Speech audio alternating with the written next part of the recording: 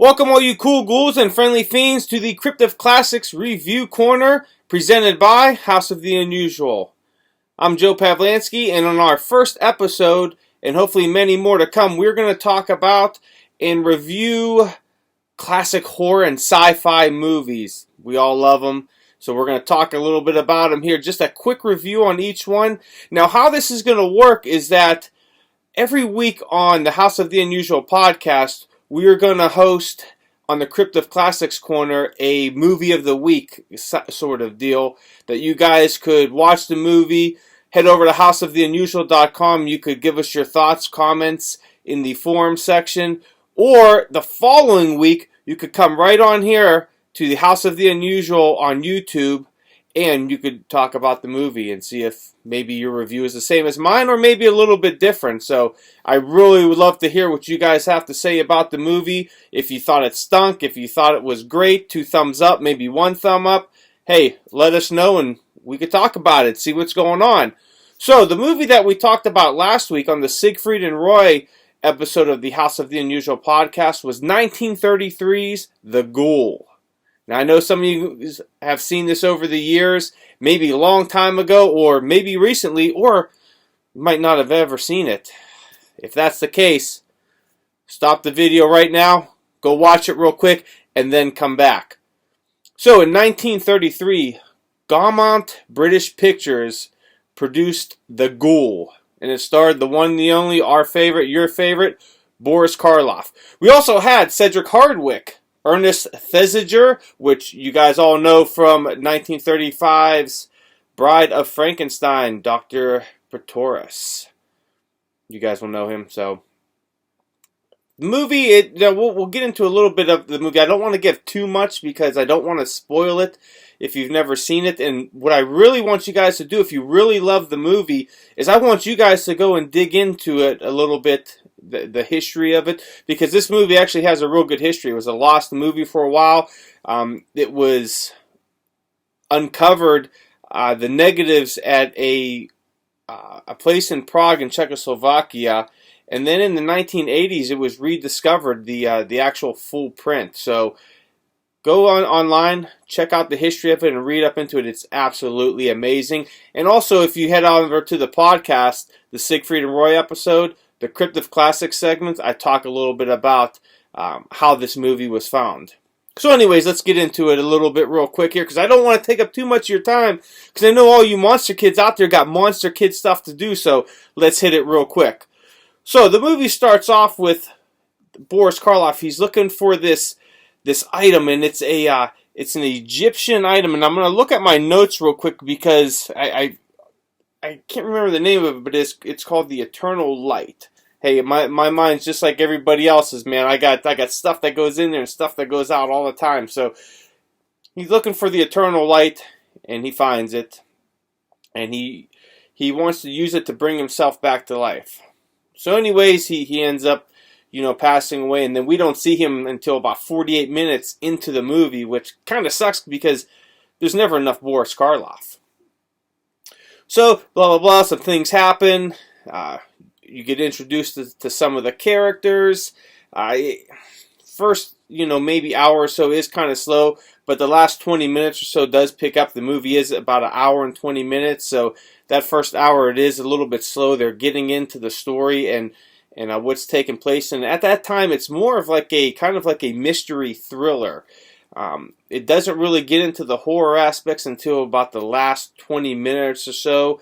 And even then, the only parts that are really horrific or creepy is Boris Karloff. I mean, he looks absolutely fantastic in his makeup. There is some... the characters are played very well. As you would expect, you have some big names in it. You have Dorothy Hyson, Anthony Bushell, Kathleen Harrison. One thing about Kathleen Harrison, she is the comic relief of the story. She plays Miss Caney. She is very annoying. It could get very annoying, and her comic relief is probably a product of the times, but it just doesn't. For me, it just doesn't hit. It gets very annoying over time, and she tries to kind of woo, I guess. Harold Huth, he plays Sheik, Aga Ben Dragore, and even he gets kind of fed up with her towards the end, which you'll see. He kind of, you always get the impression that he's kind of maybe using her. Maybe she might know where the jewel is, or maybe she could help him, because at this time, towards the end of the movie, all these different people are looking for the jewel.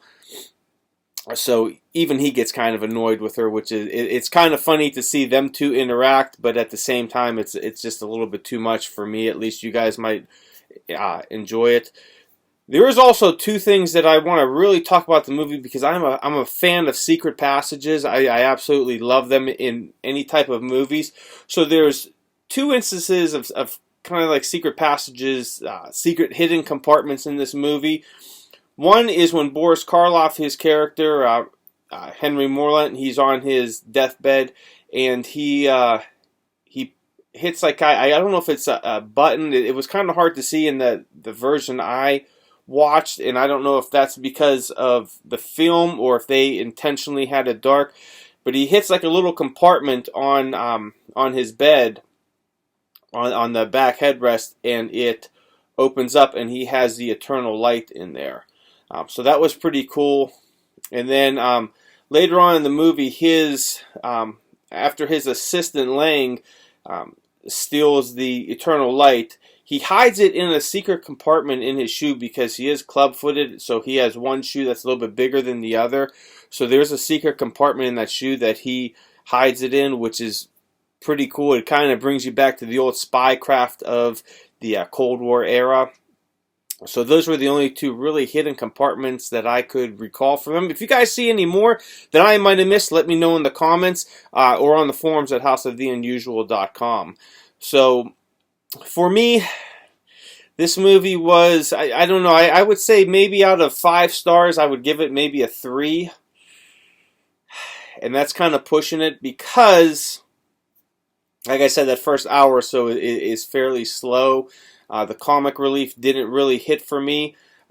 However, those 3 stars are mainly for Boris Karloff. He looks absolutely fantastic in his ghoul makeup. His performance is exceptional. You wouldn't expect anything else from a man of his caliber, a man of his acting caliber. He's great.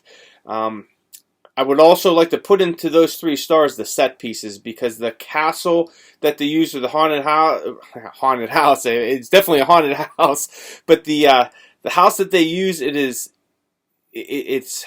spooky. I'm gonna tell you, it's spooky. It kind of reminds you of the old Dark House. If you guys have never seen that movie, go check that out. Boris Karloff also stars in that. We talked about that at Crypt of Classics, the episode previous to Siegfried and Roy, I believe it was. So go ahead and check that out. I talk about that movie a little bit. But the set pieces were beautiful. The Egyptian mythology and their set pieces were absolutely fantastic, top notch. So for those 3 stars, I would have to give it to the set pieces, and definitely most of it for Boris Karloff. So let me know what you think in the comments. Subscribe to our channel, like the video, and hey, let's discuss the movie, because we all love classic movies. So come on, where else are you going to do it to? House of the Unusual. Check us out, houseoftheunusual.com. And every week on Thursday, we have the House of the Unusual podcast that hits, and we talk about just about everything. It's just a conversation, the guys sitting down, because we all love this stuff, and that's why we...